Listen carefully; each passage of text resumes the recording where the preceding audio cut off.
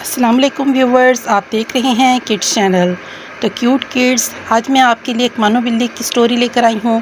Story شروع کرنے سے پہلے اگر آپ نے سبسکرائب نہیں کیا تو پلیز چینل کو سبسکرائب کر دیں اور لائک بھی کر دیں۔ سٹوری کچھ یوں ہے کہ ایک تھی مانو بلی جو کسی کی چہیتی یا لاڈلی نہ تھی۔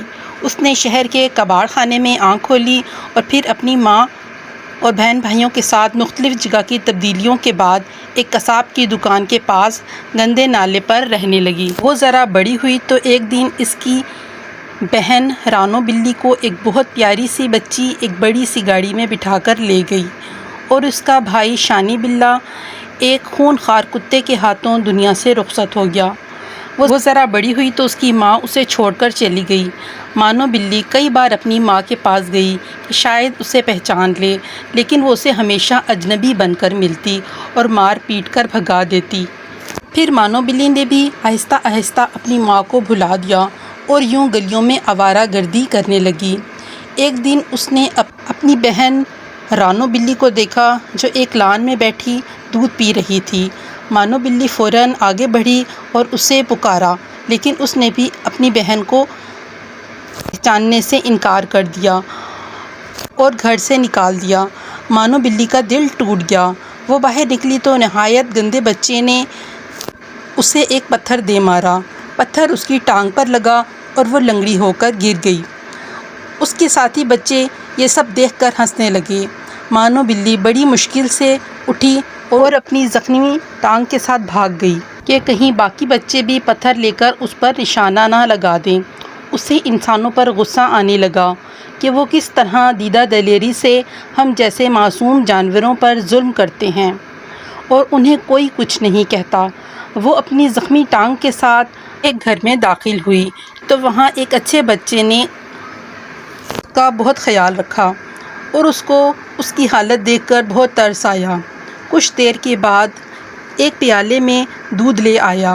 مانو بلی پہلے تو جھجکی، اسے زوروں کی بھوک لگی ہوئی تھی۔ اس نے بچے کی طرف دیکھا جو دور جا کھڑا ہوا تھا۔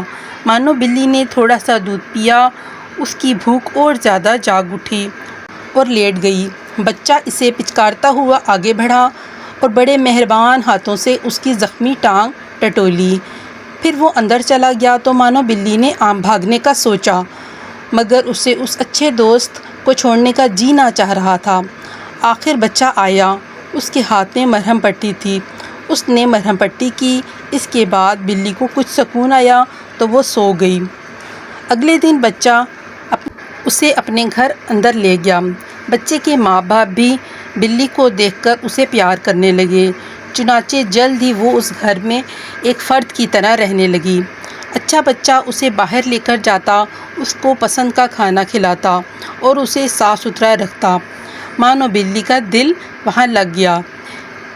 اس سب مہربانیوں کا صلہ اس نے یہ دیا کہ اس گھر سے تمام چوہوں کو گھر چھوڑنے پر مجبور کر دیا۔ لال بیگ اور دوسرے کیڑے مکوڑے بھی وہاں سے بھاگ گئے۔ جب وہ گھر آتی تو چوہوں کی جان پر بن جاتی، ان کا کوئی حربہ بھی کامیاب نہ ہونے دیتی۔ مانو بلی جھٹ انہیں پکڑ لیتی اور کھا جاتی۔ اچھا کھانا، آرام اور سب کی توجہ ملنے سے مانو بلی آہستہ آہستہ کامچور ہونے لگی۔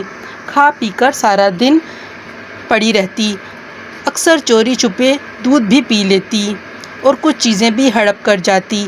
زیادہ کھانے کی وجہ سے وہ موٹی ہو گئی، چلنا پھرنا بھی دوبر ہو گیا۔ ایک روز چوہوں نے باورچی خانے پر ہلہ بول دیا اور مانو بلی چونکہ دوڑ نہیں سکتی تھی، وہ جلد تھک گئی۔ چوہے بھی مانو بلی کی اس کمزوری کو جان گئے اور پھر روز ادھر آنے لگ گئے، مگر مانو بلی بھی کچھ نہ کر پاتی کیونکہ وہ بہت موٹی ہو گئی تھی۔ دوڑنے سے اس کا سانس پھولنے لگتا اور وہ تھک جاتی۔ ایک دن اس نے گھر والوں کو یہ کہتے ہوئے سنا کہ اب اس مانو بلی کو چھوڑ آتے ہیں کیونکہ یہ کسی کام کی نہیں رہی۔ اتنا سن کر اس کے ہوش اڑ گئے۔ اسے اپنی آوارہ گردی اور غریبی کے دن یاد آ گئے۔ اسے انسانوں کی اس خود غرضی پر غصہ آنے لگا، لیکن قصور اس کا اپنا بھی تھا۔ چنانچہ اس نے زیادہ کھانا پینا چھوڑ دیا، سستی کاہلی بھی چھوڑ دی، اور پھر سے دوبارہ چوہوں کے لیے خطرے کا نشان بن گئی اور دوبارہ سے گھر والوں کی آنکھ کا تارا بن گئی۔